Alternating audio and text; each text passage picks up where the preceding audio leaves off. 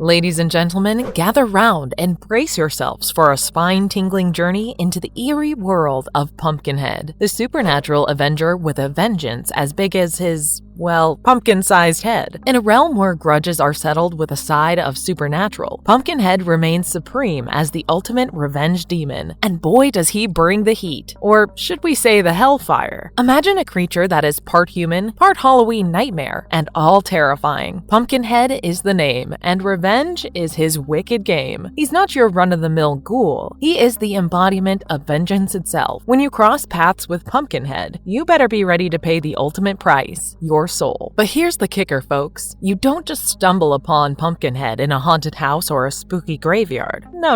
You've got to summon this bad boy, and when you do, you better have a darn good reason, because Pumpkinhead is not your friendly neighborhood spirit. So if you're curious about the anatomy of this diabolical demon, and if you dare to explore the twisted world of Pumpkinhead, grab your garlic, your crucifix, and maybe even a pumpkin spice latte, because things are about to get wickedly weird. It's time to dissect the sinister secrets behind Pumpkinhead's supernatural form, and the spine-chilling price paid for summoning this vengeful force. Buckle up, my fellow thrill seekers, because we are diving headfirst into the pumpkin patch of terror. Before we go into our explanation, we have a very small request. If you like our content, please support us by subscribing to our channel. This is a small click for you, but for us, it means a lot. Thank you, let's begin.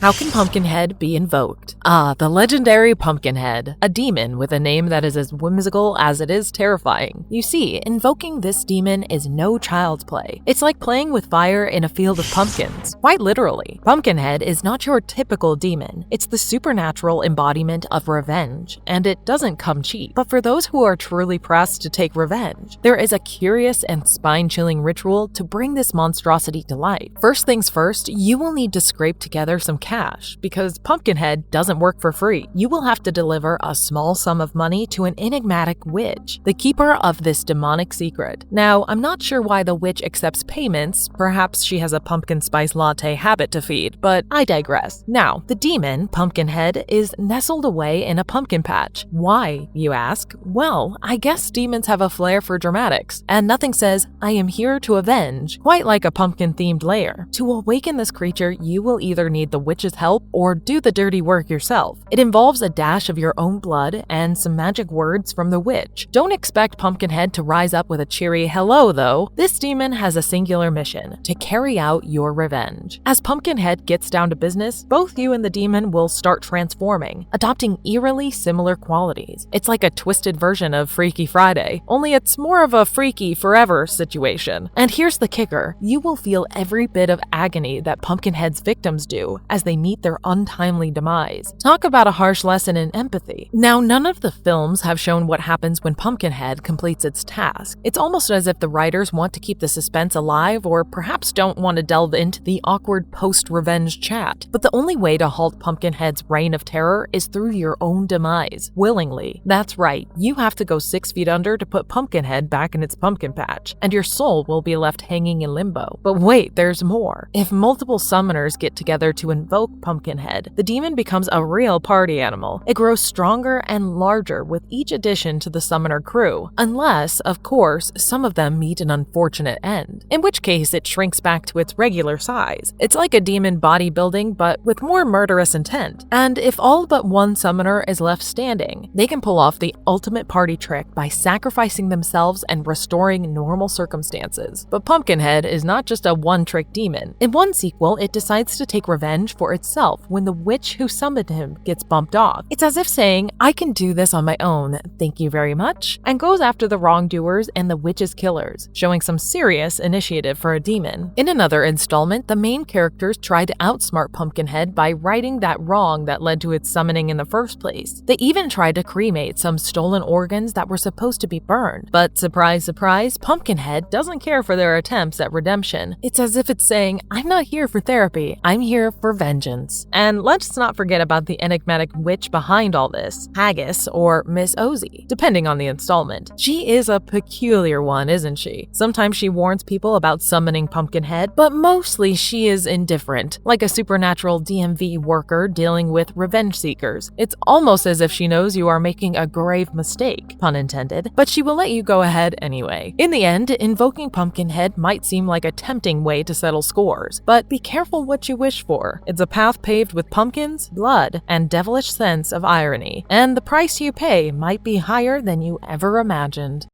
What does Pumpkinhead look like? Well, ladies and gentlemen, should you ever find yourself inclined to engage in a game of let's reimagine an evil demon, it may pique your interest to examine the intriguing evolution of Pumpkinhead over the years. In the 1988 cinematic rendition, this ghastly being boasts a pallid complexion that could rival even the most committed vampire, but its most conspicuous feature undoubtedly resides in its colossal cranium. Picture a head adorned with more protuberances than a sack of oddly shaped potatoes.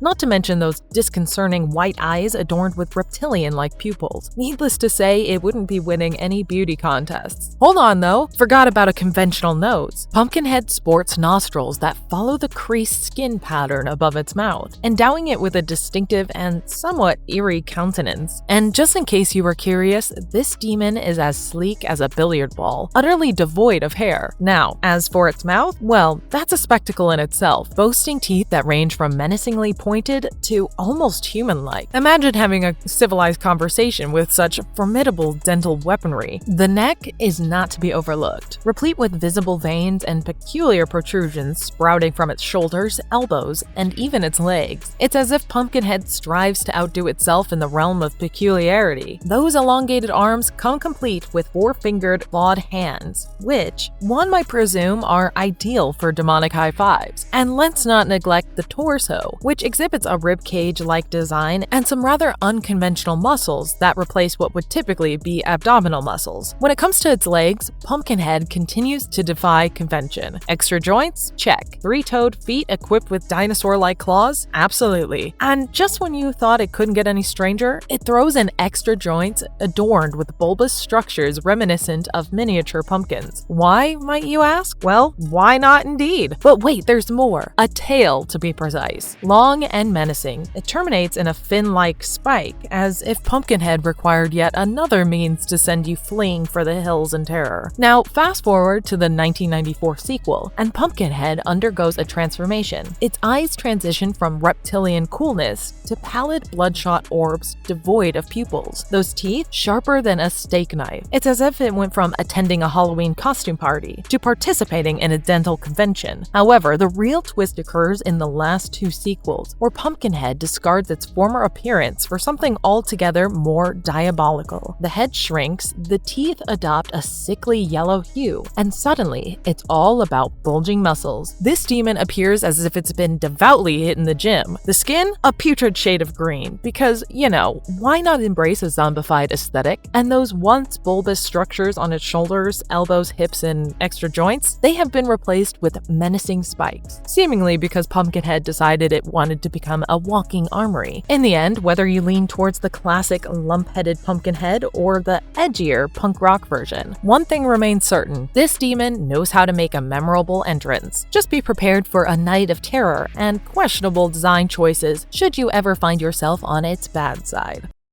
How physically strong is Pumpkinhead? Ladies and gentlemen, gather round and let me tell you about the gym regimen of Pumpkinhead, the undisputed heavyweight champion of supernatural strength. This guy's biceps have biceps, and they bench press logs for warm-ups. You see, when it comes to raw muscle power, Pumpkinhead doesn't mess around. He makes bodybuilders look like amateur weightlifters trying to curl spaghetti. Want proof? Well, picture this. He can drag a log with the ease of someone wielding a broomstick to block the church's exit. That's right, while you're struggling to move furniture around your living room, Pumpkinhead is out there playing lumberjack with trees that would give Paul Bunyan a hernia. But that's not all, folks. Pumpkinhead doesn't just move logs. He can overpower multiple foes like it's a game of tug-of-war with puppies. You thought you and your friends had a good arm wrestling match going on? Well, Pumpkinhead's idea of arm wrestling is more like arm flattening. And just in case you needed some numerical proof of his Herculean strength, here it is. Pumpkinhead can lift over 7 tons. That's more than a rhinoceros, folks. It's like having the Incredible Hulk on speed dial, except you don't want to be on the receiving end of Pumpkinhead's call. So the next time you hit the gym and feel proud of your personal best deadlift, just remember that Pumpkinhead is out there lifting entire forests like they're made of feathers. He is the kind of guy who can bench press a mountain and still have enough energy left to chase you down for a terrifying encounter you will never forget. So, if you ever meet Pumpkinhead in a dark alley, remember to compliment his biceps before you run for your life.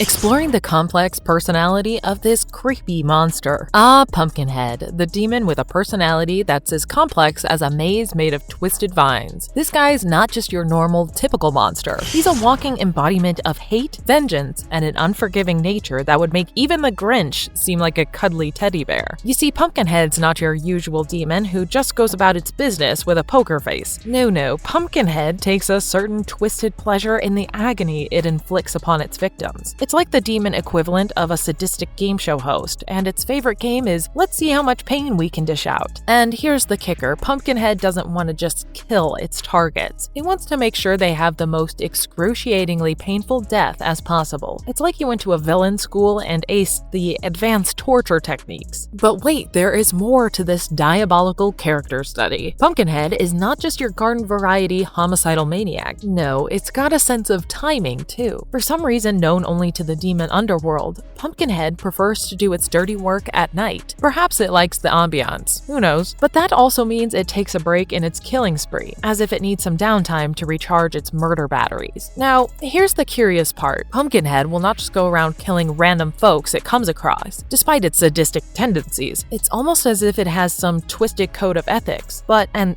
this is a big but, if you try to stop it, well, all bets are off. Pumpkinhead has zero qualms about turning you into a gruesome work of art with its deadly claws. It's like saying, I don't go looking for trouble, but if trouble finds me, I'm gonna make it regret the day it was born. So, there you have it, folks. Pumpkinhead, the demon with a personality that is part sadist, part night owl, and all-around nightmare-inducing. When it comes to revenge, it's not just a dish best served cold. It's a feast of terror and torment that will leave you questioning the very nature of vengeance itself.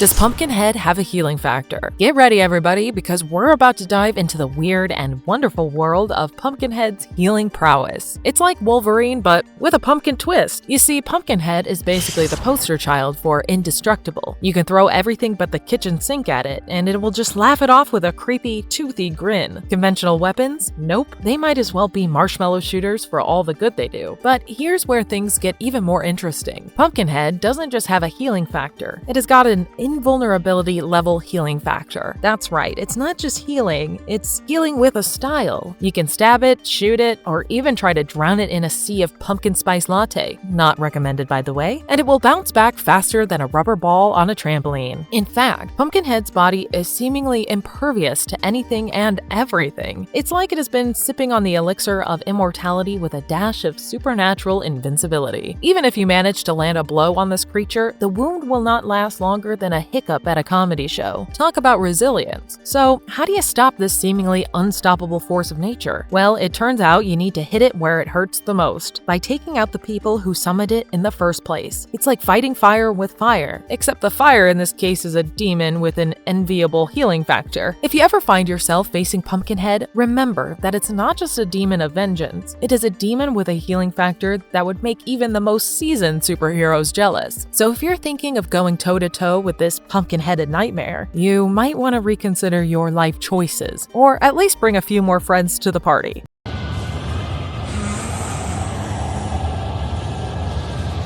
Can Pumpkinhead be considered to be intelligent? Now, we're about to embark on a mental journey into the inner workings of Pumpkinhead's twisted intelligence. Yes, you heard that right. The pumpkin-headed demon is not just brawn, it has got brains too, albeit of the malevolent variety. Now, you might think that a creature like Pumpkinhead with a head that resembles an overgrown gourd would not be the sharpest tool in the demonic shed, but oh, how wrong you'd be. You see, Pumpkinhead might not speak English, or any language for that matter, but it's deceptively smarter than you would expect. So let us picture this: a group of teens desperately trying to escape Pumpkinhead's clutches by hopping into their cars and bikes. What does our clever demon do? He casually smashes and trashes their vehicles like a toddler with a temper tantrum. It's not just mindless destruction, it's calculated chaos, all designed to prevent those meddling kids from getting away. And here's the kicker. During this vehicular carnage, Pumpkinhead lets out something that can only be described as an evil laugh. That's right, he's not just wreaking havoc, he is reveling in it, like a villain in a Saturday morning cartoon. But wait, there's more. Pumpkinhead is not just a brute, it is an environmental genius. It knows how to use its surroundings to its advantage, turning the world into a deadly playground for its hunt of the marked ones. It's like it took a crash course in environmental warfare at the University of Dark Arts. But the cherry on top of Pumpkinhead's cunning intellect? Faking injury to lure in unsuspecting prey. Yes, you heard that correctly. This demon can pretend to be hurt, just like a soccer player flopping on the field, to get its victims to let their guard down. It's his ultimate bait-and-switch move, and Pumpkinhead pulls it off with a diabolical finesse. And let's not forget the time Pumpkinhead decided to block the exit to a church, essentially saying, "No escape for you." It's like he went to Evil Overlord Academy and aced the class on strategic positioning. So there you have it, folks. Pumpkinhead, the demon with a pumpkin for a head and a brain for mayhem. It might not be solving complex math equations or penning a best-selling novel, but when it comes to hunting and terrorizing, this demon is as crafty as they come. So if you ever find yourself on its hit list, remember that it's not just brawn, it's brains with a side of wickedness.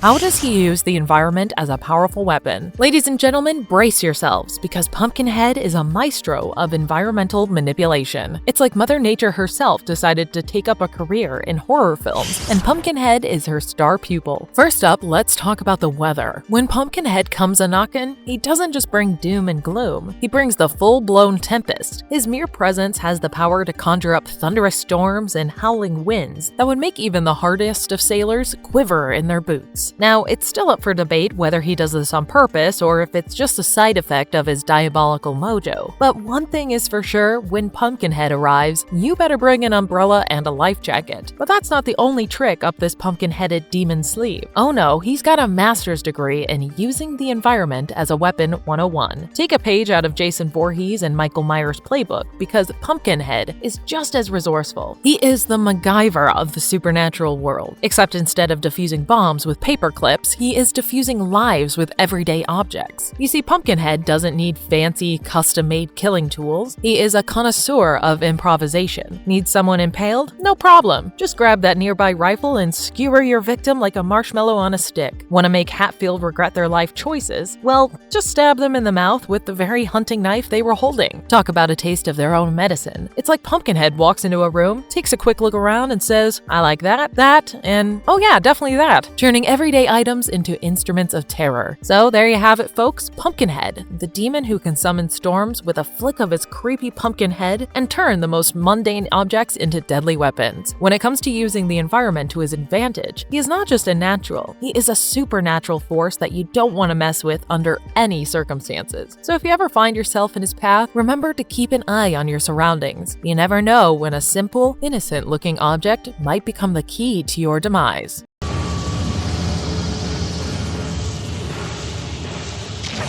How can Pumpkinhead be killed? Well, if you ever find yourself on the wrong side of Pumpkinhead's vengeance, you might be wondering, how in the pumpkin patch can I escape this nightmare? Well, fret not, because Pumpkinhead may be a relentless demon, but even he has an Achilles heel. In the first eerie encounter with Pumpkinhead, the tale begins with Ed Harley, a grieving father whose heart is filled with anger and sorrow after a group of reckless teens accidentally killed his young son. Seeking vengeance, Harley strikes a deal with a local witch to summon Pumpkinhead and unleash hell upon those responsible. But as the bodies start piling up, Harley realizes that he has created a monster that he can't control. The pumpkin-headed terror becomes an extension of his own rage and hate, and they share a psychic bond. Desperate to end the nightmare, Harley decided that the only way to stop Pumpkinhead is to take his own life. In a dramatic showdown, he shoots himself in the head, and as he dies, so does Pumpkinhead. Fast forward to the second installment, where we meet Tommy, who happens to be the offspring of Pumpkinhead himself. Tommy's rebirth happens thanks to a group of meddling teens who unwittingly resurrect him. But what's unique about this version of Pumpkinhead is that it seems to have a heart, or at least something resembling it. He displays a rare kind of mercy, sparing a young girl who is innocent of harming his summoner. Tommy's reign of terror comes to an end when he is shot and sent back to his grave, proving that even supernatural beings have a weakness for good old-fashioned lead. In the third installment, the townsfolk of Farron Woods are incensed by a local mortician's gruesome crimes, which involve stolen organs and uncremated bodies. Seeking vengeance, they summon Pumpkinhead once more, but this time they accidentally revive the mummified remains of Ed Harley. As Pumpkinhead goes on a brutal rampage, Doc Frazier attacks those who summon Pumpkinhead, which causes the demon to shrink to its doom. Lastly, in Pumpkinhead Blood Feud, we see a man named Dallas who begs the summoner to call off Pumpkinhead as the demon brutally kills his friends. Realizing that bullets are useless against the demon, Dallas takes a drastic step and shoots the summoner, ending Pumpkinhead's rampage once and for all. So there you have it. If you ever find yourself caught in the malevolent web of Pumpkinhead's vengeance, remember there is a way to put an end to this pumpkin-flavored nightmare, but beware, for the price of summoning Pumpkinhead may cost you more than you are willing to pay. Get away from her!